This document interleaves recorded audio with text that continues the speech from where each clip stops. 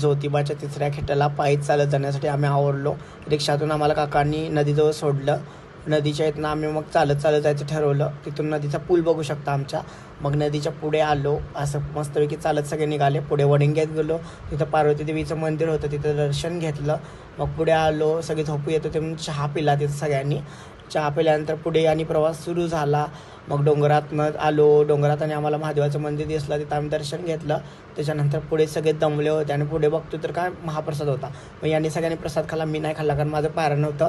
तर महाराजांची गाणी लावली आणि मग पुढचा प्रवास सुरू झाला. सगळ्या जणांच्या अंगात एक ताकद आली महाराजांची गाणी लावलं. मग पुढे आलो, फायनली मंदिरात पोचलो आणि मंदिराचं दार उघडलं. त्याच्यानंतर लाईनमध्ये उभारलो आणि असं फिरत फिरत सगळीकडे सगळ्या मंदिरांचं दर्शन घेत फायनली मंदिरात पोचलो. आणि तिथं आज जाऊन छानपैकी पालखीचं दर्शन घेतलं. आणि मग तुम्ही बघू शकता आमच्या ज्योतिबाचं दर्शन घेऊ शकता. मग बाहेर आलो, दर्शन घेऊन थोडा वेळ बसलो, महाराजांचं दर्शन घेतलं आणि मग वडापमधून कोल्हापूरच्या दिशेनं रवाना झालो.